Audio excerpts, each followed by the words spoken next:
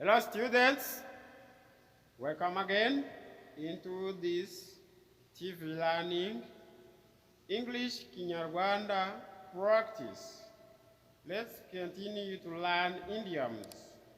It's as easy as a piece of cake. It's as easy as a piece of cake. Yes, this is slang. It's as easy as a piece of cake. Ahangaha bashatse kuvuga ngo biroroshye nko kurya keke cyangwa se biroroshye cyane rwose nko kurya keke cyangwa se nko kunywa amazi. Abazi igifaransa rero bavuga tuti comme très facile comme bonjour cyangwa se très facile comme boire. Yes, ako ni agafaransa nyine umuntu aba ashyizeho. Yes, twongera tukabona irindi jambo rivuga riti it costs namandre. It costs namandre. It costs an arm and leg. Ahangaha bashatse kuvuga ikintu gihenze cyane. Ikintu gihenze cyane rero cyatuma utanga ukuboko n'ukuguru. Urumva rero ko kiba kirenze ibya mirenge cyane. Yes, let's continue. I'm busy as bee. I'm busy as bee.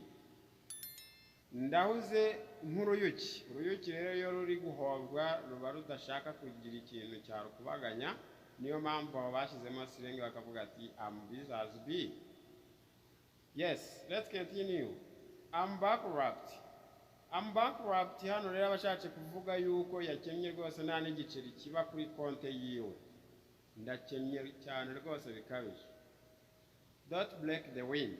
Hano don't break the wind ni nk'aho abavuze ati reka kunsura uruhande. Yes, ikindi kinyarwanda bavuga ati reka kotsora. Kotsora rero ni uguhumeka. To break the wind ni nko kumena umuyaga ubundi muri makeya ugiye nko gusobanura muri iyo slang ariko siko bimeze. Yes. Niba hari umuntu rero uguhumekeyeho muri ubwo buryo nyine urumva kubona uguhumeka ucishije hasi. Yes, aha niho tuvuga don't break the wind, ariko gusura bisanzwe bavuga so.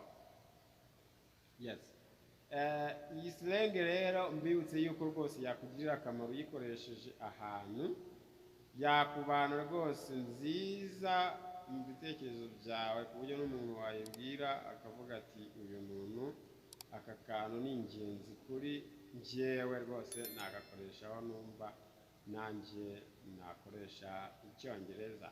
Yes, aha uzajya usanga rero nk'umuntu akubwiye slang ukayoberwa ibintu akubwiye kandi nyamara wakagize uburyo ki nawe wabikavaringamo. Yes, hano tukabona irindi rivuga ati let's grab something. Let's grab something ni nko kuvuga ati let's take something. Let's take something. Ahangaha rero niyo mpamvu bavuga ngo let's grab something.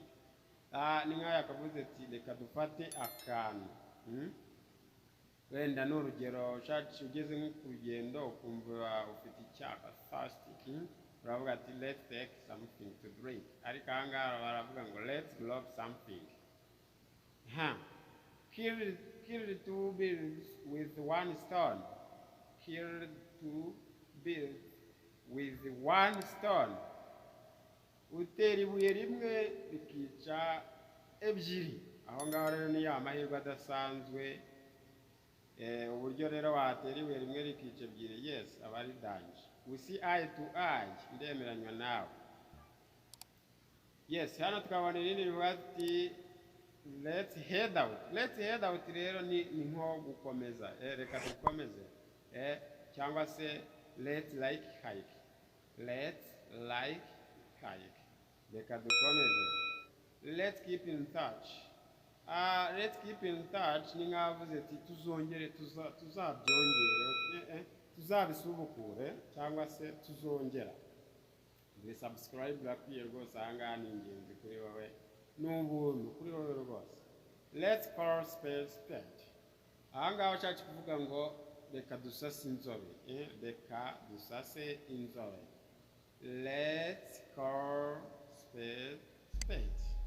Let's call spade spade.